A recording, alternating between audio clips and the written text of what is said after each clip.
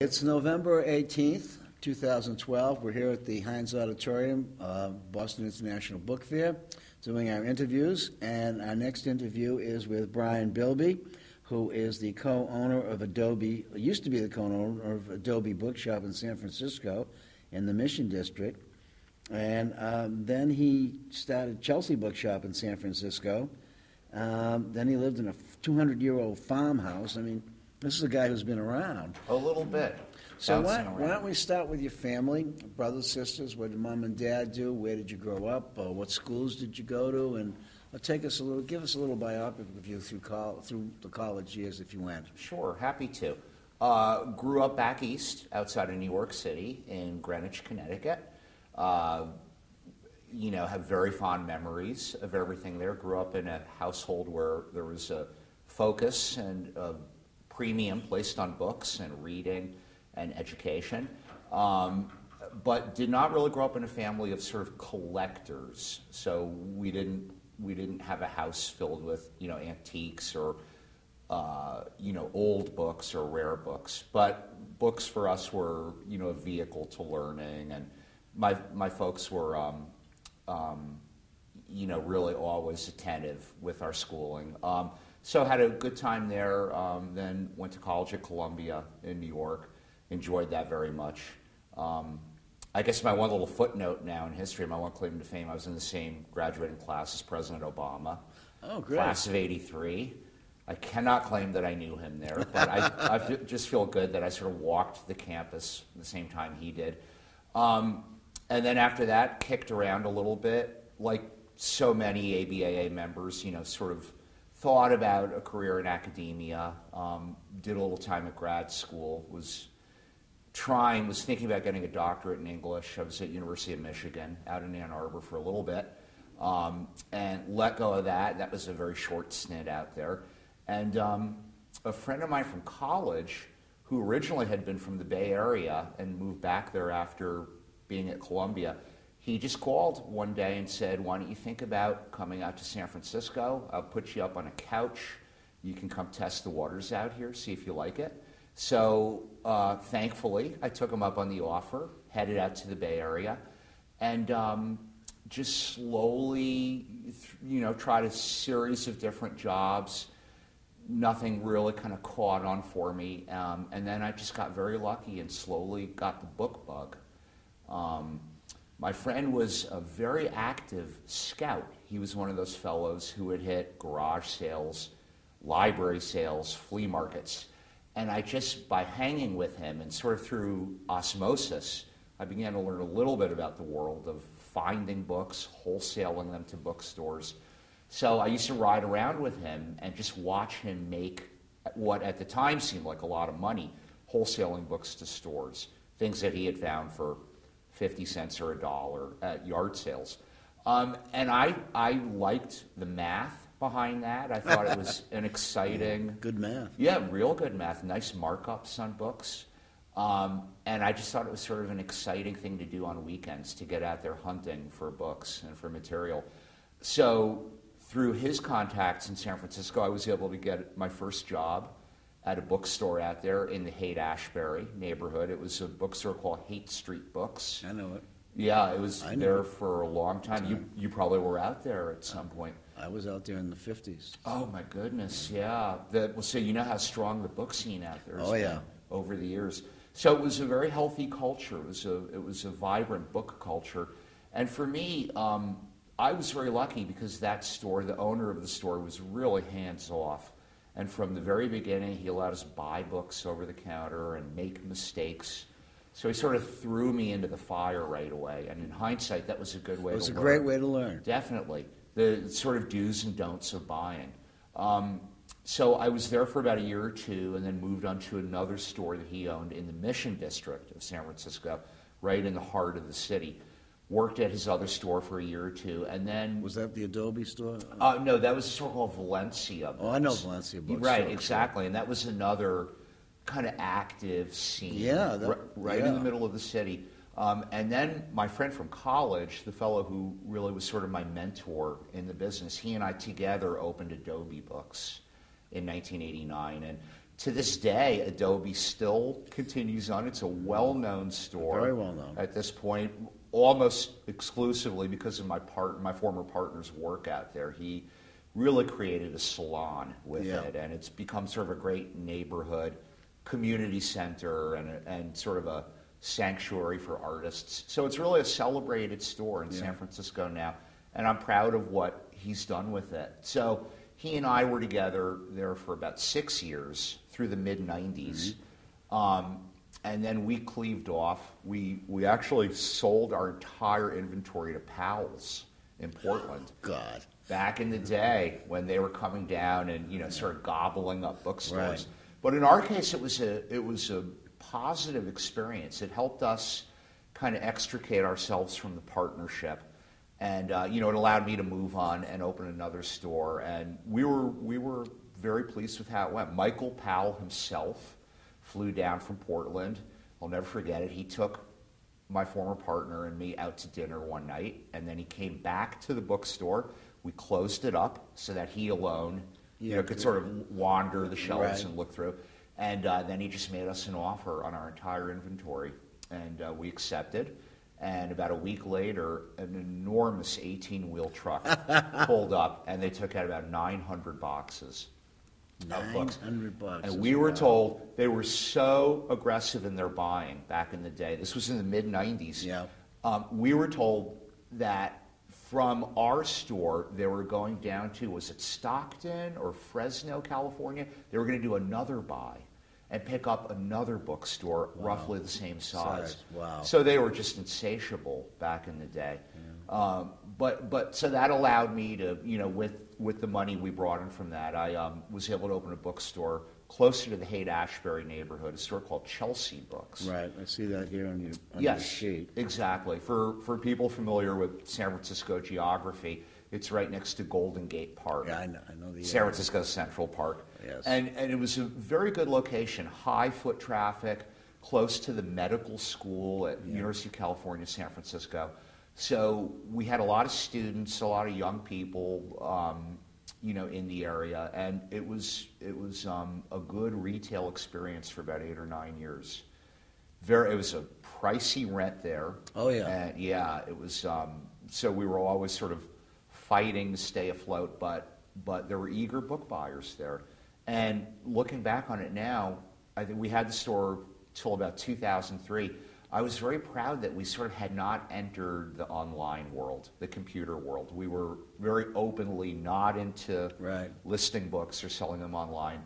And I think the Bay Area had a strong enough book culture that we could really survive, pretty easily without internet, book selling. So, we did that into the early 2000s. We were very happy there.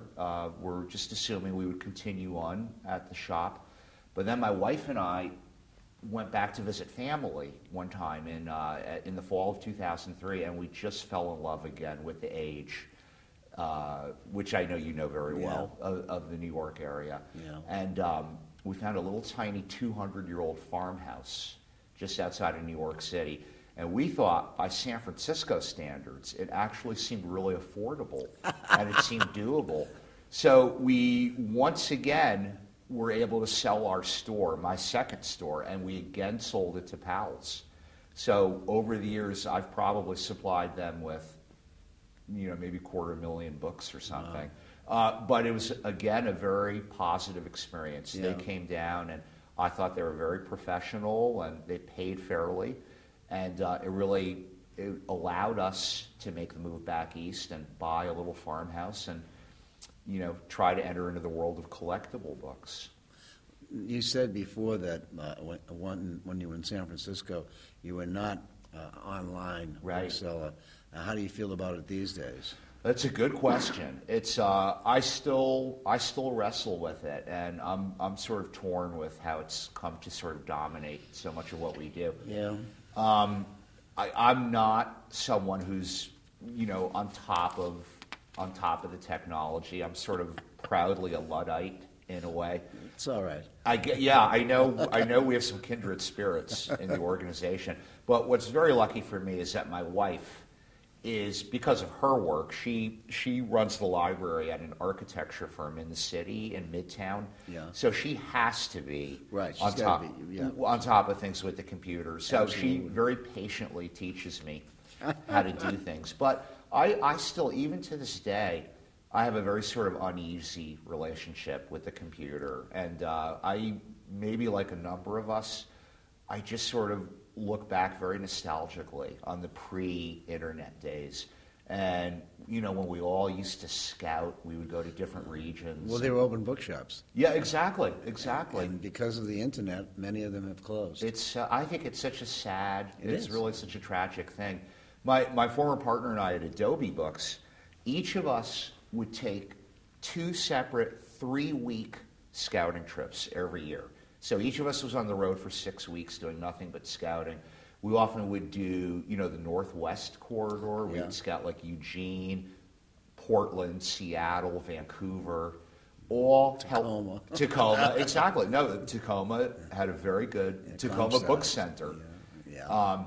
So we thought it was really, you know, kind of book rich Yeah. in different pockets. I remember loving scouting the Midwest, and you know, I really, really miss those days, the sort of culture of being on the road and scouting. It's a lot different than it used to be. It's a lot different. But New England is still a happy hunting ground. You can still find lots of open bookshops here, I get that sense. and there's stuff coming out still. You know, I know that Boston and New York and San Francisco probably are really aberrations, I Yeah. think. But San Francisco, for example, I think it still has 30 to 35 secondhand shops. Or more. Or more, you know, of varying quality. Right. But there's still a lot of retail. And if you include Oakland and Berkeley. Great point. You know, I used to think at one point, even in San Francisco, we always thought that Berkeley, I mean, we were all sort of awestruck by the Yeah. book scene in Berkeley. Not only Peter, of course, he was an enormous presence, but I think you could argue in the 80s, in the 90s, Berkeley may have had 2 of the 3 or 4 best bookstores in the country. Absolutely. With Moe's and Black Oak. Yeah. And the one thing I remember, our second and final shop in San Francisco, Chelsea Books, you know, closer to Haight-Ashbury, we at one point invited Black Oak, which of course had been centered in Berkeley. We invited them to open a shop across the street from us in San Francisco, and they did. We sort of leaned on them for a while, and they did agree to get a second shop going. And then they opened a 3rd shop in North Beach. So for people who you know are sort of aware of Black Oak and its history, it was such a high-powered shop. It was. For so many years. So they did branch into San Francisco. But so I really miss the whole, you know, kind of world of scouting and retail and hitting the shops. And now I very rarely visit bookstores in New York. You know, occasionally get into the Strand or a few of the other shops. But now, you know, of course, as with so many of us, it's book fairs. Is that their main source of acquisition? I honestly love buying libraries. I love going to homes and looking at books. We advertise widely up in our area. For a while, we advertised in the Times, you know, in the book review, along with Beebe and Natalie. Yeah, and the usual suspects. The usual suspects. We don't quite have their buying power, right? But we really do still, though, you know, try to advertise and get calls to get invited into homes. And on a good week, you know, I can be in like 2 or 3 separate homes. And of course, we all know that can be very hit or miss. There can be a lot of frustration. But I still love the process of doing that. I still get very excited when I'm in my truck driving to a house 20 miles away, you know, not knowing what could be in store.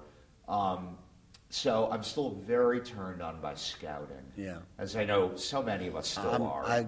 I love to scout. Yeah, it's I think it's the the greatest lifeblood. experience that there is for a bookseller. Isn't to it get out incredible? there on the road and see what other people have and what they ask. Absolutely, absolutely. The hunt, Is the always- treasure hunt is yeah. still, it's just, right, it's still sort of in our DNA. Yeah.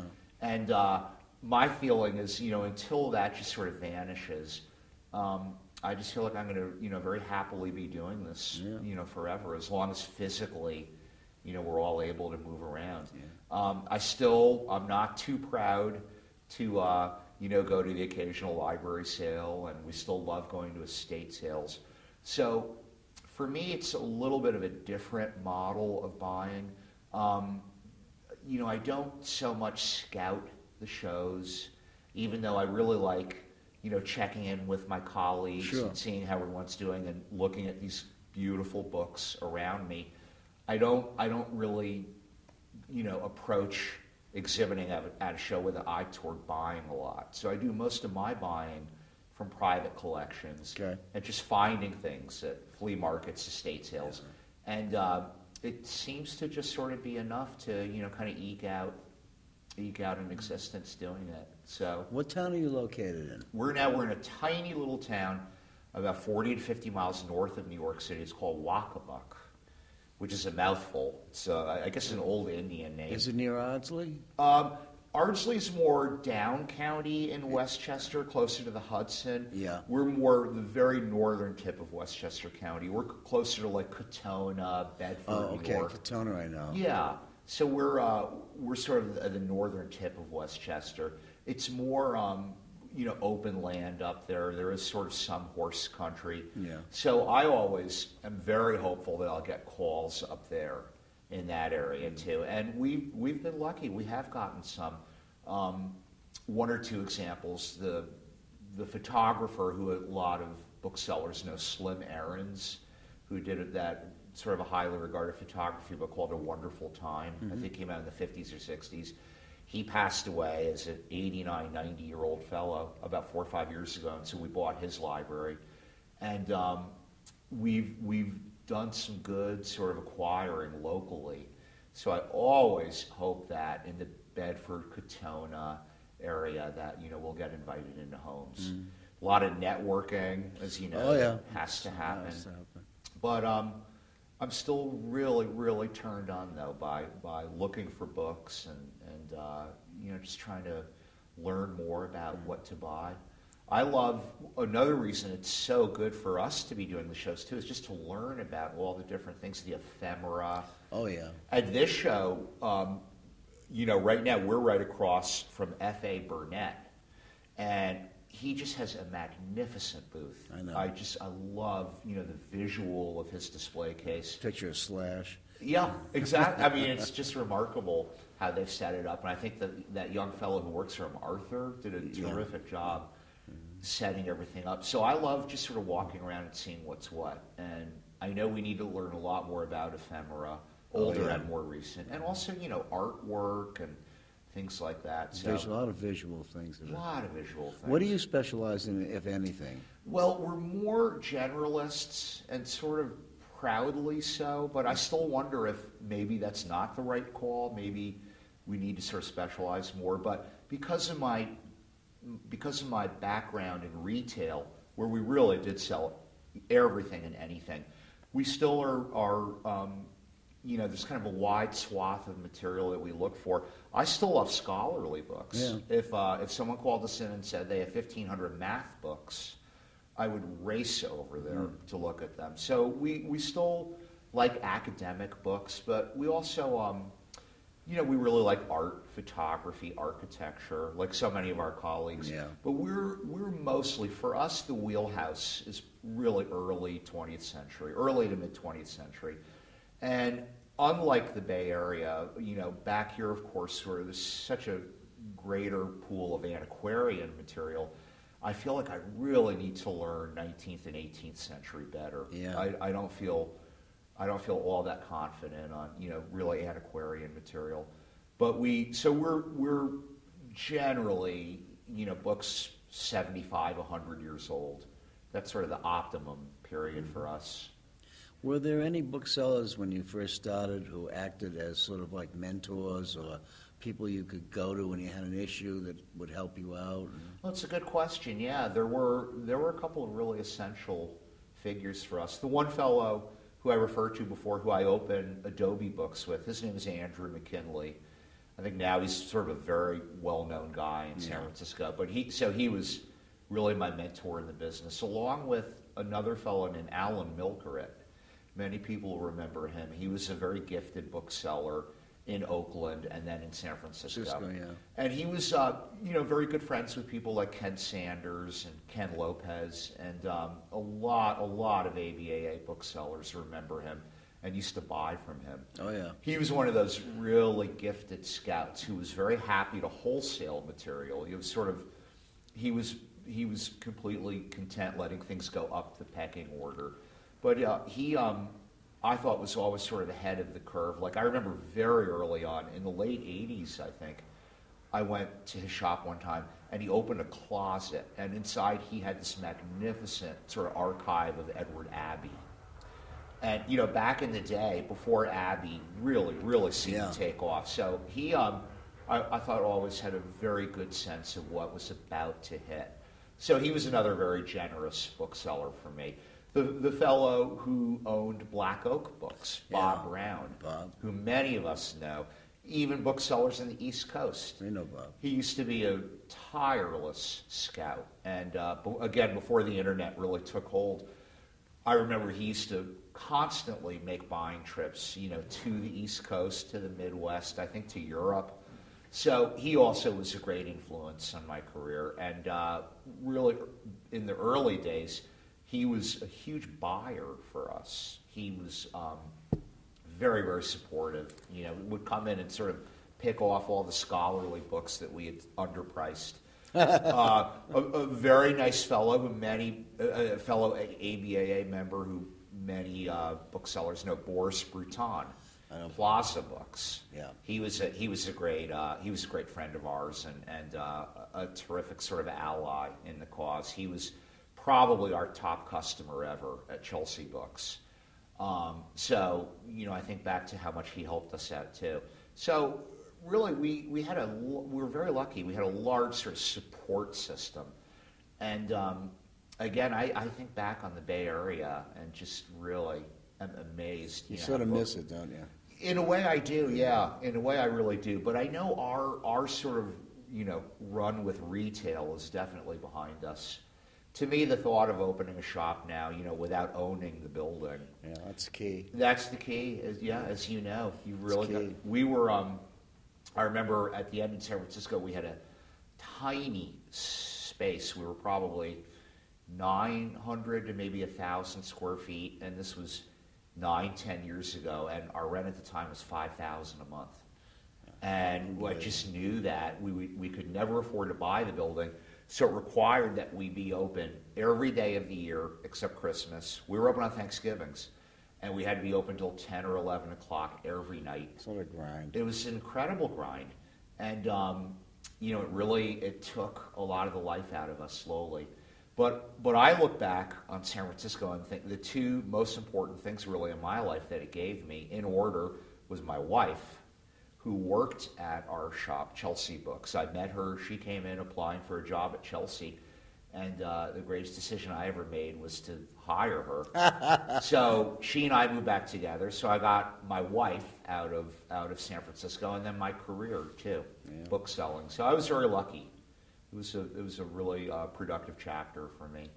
We've got about a minute or so to go. Okay. And just if you can think of it quickly, what are some of the challenges that we as booksellers face as we're moving forward now? Technology is changing so fast. Absolutely. Social media is becoming a factor in our trade. And what do you see as some of the challenges? I think those are great challenges, just trying to stay abreast of, the technology. I've already given up on it. For me, the thought of, I've never joined Facebook. I've never had, the slightest interest in taking part in any of that.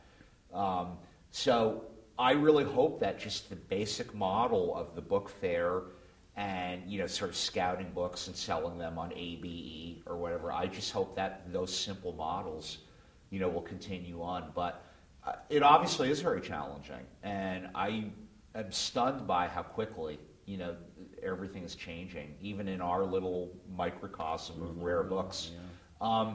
But that said, I still feel very bullish and very optimistic. And when I see young people walking around with I guess they're called Kindles, or Yep. I see these little iPads or something. iPads and Kindles. It actually makes me feel very hopeful, because it makes me think these beautiful older books. I mean, I know it's almost trite to say this now, but they really are becoming sort of cultural artifacts. And I don't think it's possible that they're going to fade away. And, their role, everyone still knows Alice in Wonderland or The Wizard of Oz. And I think that the original printings will still always be sought after. I think you're right. I hope so, anyway, yeah. So I'm very optimistic, actually. But you're right, staying on top of the media changes is just a daunting. It's tough for Luddites like us. It really, exactly right, exactly right. Although I am on Facebook. You are, Michael, my goodness. I know. Please don't tell anybody. It's our secret. Okay, we're all set. Thank you for 30 minutes with you, Brian. It's Thank been you, enjoyable. Michael. Enjoyed it.